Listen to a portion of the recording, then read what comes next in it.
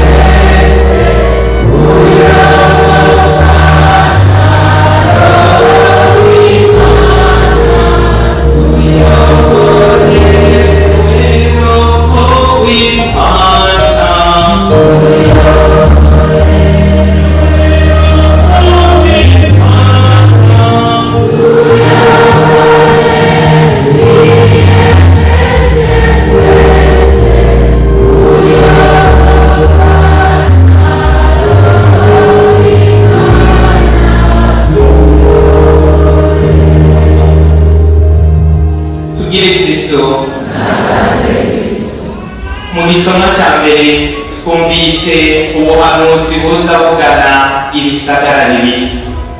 Igisagara cyambere, igisagara cya Yuda, aho umuhanuzi yagira ati Yuda we, rangura ibyo waganiye Imana, umubisha ntazosubira guca muri wewe. Yaratikiye akagirire umutama n'inazo bwa Yakobo akagaruka n'inazo bwa Israeli, aho hacari igisagara ca mbere ca Yuda. Hanyuma ubuhanuzi bwongera bukarira ikindi gisagara ca Niniva, ati urahumiwe Niniva we, kuko igisagara gisesa amaraso, igisagara cuzuye ibinyoma n'ibinyagano, igisagara kidasiba guhiga gusahura. Umwe aramuremesheje mu makuba urimo, mu byo waciyemo, mu ngorane wabayemo, wagumye uhanze amaso Imana. Ubu rero n'ureme ariko araremesha ico gisagara ca Yuda. Abandi nabo bibajije ko bari mu bigezweho bakomeye, badakeneye Imana mu buzima bwabo, badakeneye guha akanya Imana mu buzima bwabo. Arababwiye ati murahumiwe.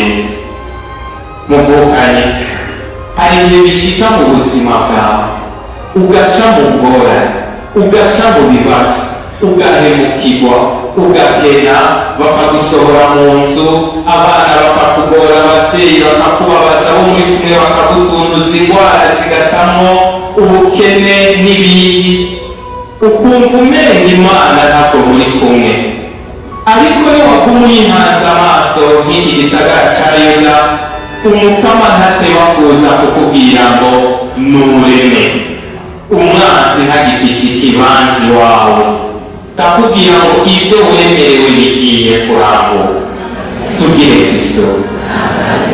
Inyigisho ya mbere twokuramo ngaha, twige kwishimira Imana mu bihe bigoye, twige kwambaza Imana mu bihe bigoye, twige kunyinahaza Imana mu bihe bigoye. Hamusi nari muri Koredo Charite, numva Patiri Amando hari mu nyigisho z'urwaruka, ariko arababwira ngo hari mu gihugu cya Senegal, umunsi umwe ngo umugabo ari ngaho, ngo aza yumva umuntu aje adodora amubwira ngo shetani yantumye utanga ibi n'ibi n'ibi n'ibi n'ibi n'ibi n'ibi. Ngo nyamugabo yari mu bategetsi, ngo aramwihoyeza, ngo acamubwira ngo ntavyo nkora. Ubundi nawe aramubaza ngo nakubwiye ko ari shetani yantumye, nawe wawuzumbiye ngo ntavyo ukora, wishimira iki? Ngo nawe acamubwira ngo nishimira Imana. Ngo iyo Mana yawe ati nyamugabo niwe yavuze ati ko nari nzi ko mu gitondo nagiye mu misa ntakira Yesu, ngo naciye ndamubwira ngo nagira ngo urabona ko Imana iri muri jewe, ngo nyamugabo amuraje ngo acagira ubwoba arahaguruka ariruka. Haragera isaha natwe duca mu bibazo, duca mu makuba, duca mu ngorane, mugo iyo wabaye umuntu yagumije Imana wibutse kuzuraza kwakira Yesu muri wewe, izo ngorane zikuraba akaba arizo zihunga ntabari wowe gihugu. Nico gituma uno munsi twumva iki gisagara ca Yuda kigiye gutekana, kuzura ubuzima, kuzura amahoro, kuzura akanyamuneza.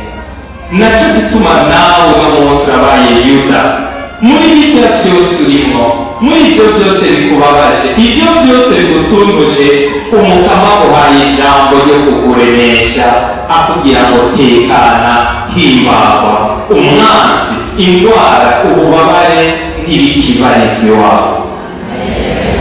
Hari abandi twashoboye gushira kure Imana, turagendera mu bigezweho, Imana turayibagira, Imana turayika ikibanza mu buzima bwacu, ukabona wiga ukumva umengo y'incabwenge ya mbere mu Burundi, wirabura mukikumva umengo umuhungu w'agatangaza, umukobwa w'agatangaza, umugabo w'igitangaza, umukenyezi w'igitangaza, ukibagira ko icuri wakigizwe n'Imana. Umuntu ntashobora kubaho bavukanye atari kumwe n'Imana, umuntu ntashobora gushika ko bavukanye adafashijwe n'Imana. Abakristu twasanga ivoka ya misa wa Mungu nibo nabwiye nti bavukanye twaremwe ku ishusho y'Imana, twaremwe ku ishusho y'Imana. Igihe cyose uzokerera kubaho utari kumwe n'iyo shusho ntaco uzoba uri mu buzima bwawe. Nongeye kubaha akarorero gasanzwe nari natanze no mu nyigisho z'uguharuka narimo muri foyer de charité, ndababwira nti bavukanye umuntu akora inkofero ayikora yisunze iki? Ishusho y'umutwe. Ni umuntu akora gants zimwe bakoresha kwa muganga azikora yisunze iki? Ishusho y'ikiganza. Umuntu akora amashesheti twambara ayakora yisunze iki? Ikirenge. Ni none wewe nje bahejeje kuguca amaguru nacanga kukadona amashesheti wumva biba bitonze? Nje bahejeje kuguca amaboko nkakugabira gants wumva biba bitonze? Ivyo bintu nubwo biba ivy'agaciro nababwiye uca ubifata ukabita muri pubere. Bavukanye ivyo bishikiye abanyaniniva, bibagiye ishusho yabo, nico gituma bagiye gucika deshe zo guta muri pubere. Niho twumvise ngo amacumu agiye kuza, mugiye gukubitwa ibimoko, mugiye kumererwa nabi kuko mutashimye kubaho mw'ishusho y'Imana. Tugire Kristo. Uno munsi bavukanye umwe wese muri twebwe igihe cyose yagiye kubaho atari kumwe n'Imana, usanga ubuzima wabayemo bwabaye ubuzima bwo kuba deshe. Usanga abantu barakwifatiye uko bashaka, usanga abantu baragukengereye, baragutwenze, baragufashe nabi nk'igikoresho nk'umuja wabo. Ariko igihe cyose ubaye uri kumwe n'Imana kuko uba ufise ishusho yayo, ugira agaciro. Muvukanye aho hose uri kugendana n'ibigezweho, aho hose uri gushira kuri Imana, aho hose twimakanye Imana, aho hose turonka umwanya w'ibindi bintu byose mu buzima bwacu kiretse uw'Imana, turahuhiwe. Nico igisoma ca mbere kitubwira. Naco gituma Umukama ndamukunda cane avuga ati nimugaruke, kuko wemeye kuja kuba Niniva, Umukama yaremeye asesa amaraso yo ku musaraba, aremera baramucumita icumu mu rubavu, aremera ababara menshi kugira ngo wewe wagiye muri Niniva wemere ugaruke uje kuba muri Yuda. Nico gituma uno munsi hari abantu nifurije kujabuka igisagara baja mu kindi, tujabuke tuva muri Niniva twinjira mu gisagara ca Yuda, tujabuke tuva mu gisagara c'umuvumo twinjira mu gisagara c'umuhezagiro, tujabuke tuva mu gisagara co kubaho nk'abatagira Imana twinjira mu gisagara kiyobowe n'Imana yonyene ubwayo. Tugire Kristo. Mu nkuru nziza Yesu avuze ngo ushaka kunkurikira nikorere umusaraba wiwe azankurikire. Tubwire Kristo mumukana. Aha jewe mbazi imisaraba nikoreye novuga ndoheza umviriza. Wewe wovuga twese twotangana. Aha nimutubona umwe wese agenda asayangana, umwe wese afise agasaraba kiwe. Nubone hari igihe ubona umuntu ari mu kiduga cyiza tujyaho Imana zaramuhaye, mugo ugasanga agenda atekeye umusaya. Icyo kimutuma atekeye umusaya kuko afise agasaraba mu buzima bwiwe. Hari uwundi ubona umwe wese afise agasaraba kiwe, ariko akenshi twaba dushaka kubaho atamusaraba. Icyo niyo fanse ya mbere Shetani duha mu buzima bwacu, ikatwemera ko tugiye kubaho byose bimeze neza. Yesu akubwira ko ushaka kunkurikira niyikorere umusaraba wiwe azankurikira. Akenshi murazi igituma imisaraba yacu turemera, aho kuyikorera dukurikira Yesu tuyikorera tuja hasi. Umwana yarwaye nikoreye umusaraba w'indwara, aho kumujyana kwa muganga ngo Yesu amukize aciye mu baganga, nirukanze mu bapfumu. Hari ibintu birara birakinda mu nzu, nivyo biharawe mu Kanyosha, aho gutuma saba ntunezagirira inzu, nirukanga kurondera ibiheko nshinga mu nzu. Ivyo biheko navyo bikaza bikinda gusumvya ivyahahora.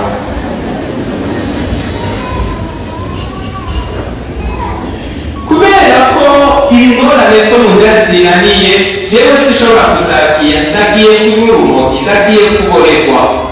Kubera ko jewe ubukene bwanteye singishoboye kwiyakira, ndagiye kuba umusambanyi ndandaza umubiri, ndagiye kuba umusuma. Ugasanga ibyo ugiyemo biguma bikwega izindi ngorane.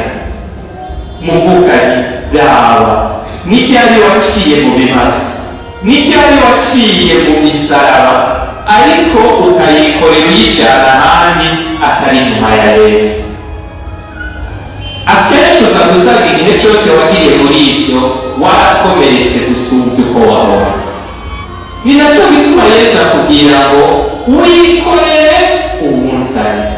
Nibaza ko ari cyo twaje gukora uno munsi, aho kwikorera iyo misaraba tuyijyana mu bapfumu, tuyijyana mu batatwumviriza, tuyijyana mu bataco bashoboye. Yesu adutumiye kuwikorera tuwuzana inyuma yiwe, ngo ushaka kumurikira niyikorere umusaraba wiwe aheze akurikira. Mungubire ngaho twaze twumve ko ubanza kuwikorera, ni ukuvuga iki? Banza wiyakire muri ibyo bibazo urimo. Akenshi abakristo ati duhereye kuri wowe Patiri, iyo turi mu ngorane turata ubwoba, turamenja, turagoka, turavuga amajambo mabi, turatisha kuri abana bariya, aho kubanza kwiyakira ngo twikorere uwo musaraba ndetse tuwujane kwa Yesu, tubanza gushaka kutaba twebwe nyene. Aho bose utashatse kuba wewe, umukama aragutumiriye nguze ubanzure wewe. Wavukiye mu muryango ukenye, banza wakire uwo muryango ukenye, wakire n'umuryango wawe, uretse wikorere uwuzane ukurikire Yesu. Ufise umuvyeyi w'ikorerwa, ufise umwana yakunaniye w'umunywarumogi w'umusuma w'umuki, mwumubenda gukeneye no kwemera ko ari umwana wawe. Oya, banza umwikorere umwemere ko ari umwana wawe, hamuheze umuzane kwa Yesu. Ufise ubukene, uri mu bushomeri, banza wiyakire muri ubwo bukene n'ubushomeri. Ntuce uja kugoka ngo ukore ibitari byo, ariko uce ubuzana ubuzanire Yesu. Yesu niwe aheza akakubwira ngo nimuze mwebwe murushe kandi muremere. Bavukanye abantu benshi turarusha, abantu benshi turaremerewe, abantu benshi turakenera kuja ahantu twumva umenya twokoma induru mbere n'amaboko abiri kugira ngo twumve ko twotezuka mu mutwe kubera ibibazo turimo, mugabo tukibagira ko Yesu ari ngaho. nagenda bitoreza umuti igihe uzokumva udundumiwe uzocuza muri adorasiyo, muri ka gacerere byose ubisuke kuri Yesu. N'ahandi wampaye umugabo w'ingorero, n'ahandi wampaye umwana nyiba, n'ahandi wampaye umubanyi w'umurozi, n'ahandi niwe wanyimye akazi. Ingo ibyo ntibyakeneye kumuzanira, bimuzanire. Abantu kenshi ntidushaka kubizana kwa Yesu, nicyo gituma turaruha, akenshi turaruha. Turakeneye kuzinduka buri gitondo tuzindukana umuhezagiro w'Imana. Turakeneye kuzinduka twumva ko twazindutse turi kumwe na Yesu.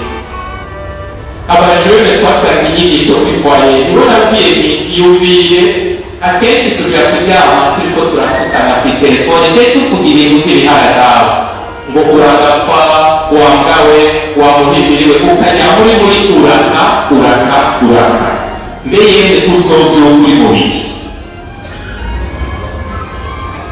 Ico kibazo tucibaza.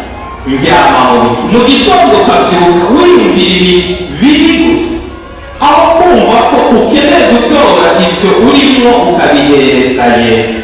Tugire Kristo ngo umutanzi wa neza umubona gikeneye. Mbega twebwe dukenera gute? Dukenera gute? Abenshi muri ino minsi turananirwa no kuronka ako kanya k'igisabisho. Ndakigarutse, turananirwa na twebwe turimo. Mugabo ntitwigera tubura amasaha 3 yo kuba turi kuri wasutwa na Facebook.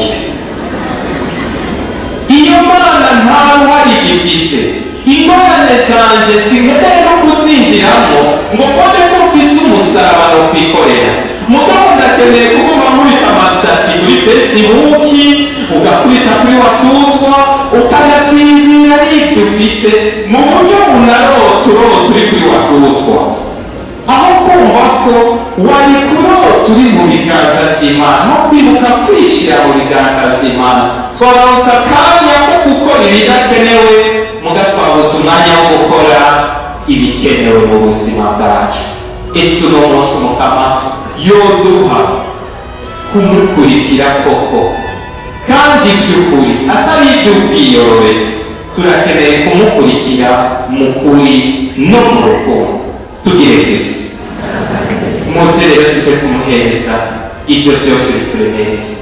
Uwo mushaha wemeye gusesa amaraso n'amazi, uriteguye kugira byose bishasha mu buzima bwawe, ariko nukuza kubanza kubyemera. Tugire Kristo. Imbere y'uko iminsi itangura, hari uwaje kuvuga ati bamwe babona ko abakize ntiyabonetse ngira yafatiriwe, bagire basabe patiri uko bikurikira. Jewe uyu ntiyumvira ikanda rufite yuko atawuza kubona abakize baje, hari n'abantu bataza kwemera ko bakize. Kubera iki? Ukwemera guke kuri muri twebwe. Hariho umuntu aza kubura amahoro akumva ko bitavutswe umenga uwe n'Imana yiwe nta cyakoretse. Tugire Kristo. Niba waje ufise ukwemera utamukize, niba waje wumva wavuganye na Yesu utahana inema ku yindi, ni nacyo gituma muze tumwiture. Igihe umusaseredoti aza guhereza umukate n'umuvinyo, uhitane ya misaraba yawe, atugije ipatero ti Yesu kuri iyo patena aho washize umukate ubiseho umusaraba uyu n'uyu. Kw'ikonsekrasiyo igihe uza guhindura uyu mukate ugahinduka umubiri wawe, ndagusabye ugiye guhindura n'ibyo bibazo mu buzima bwacu. Igihe baza guhereza ikarisi irimo umuvinyo, nawe uvuga uti Mukama ndaguhereje ubuzima bwacu, ibyanje n'abanje bose, ngo bihinduke kandi bibohorwe n'ayo maraso meranda yacocorotse ava mu rubavu rwawe. Tugire Kristo.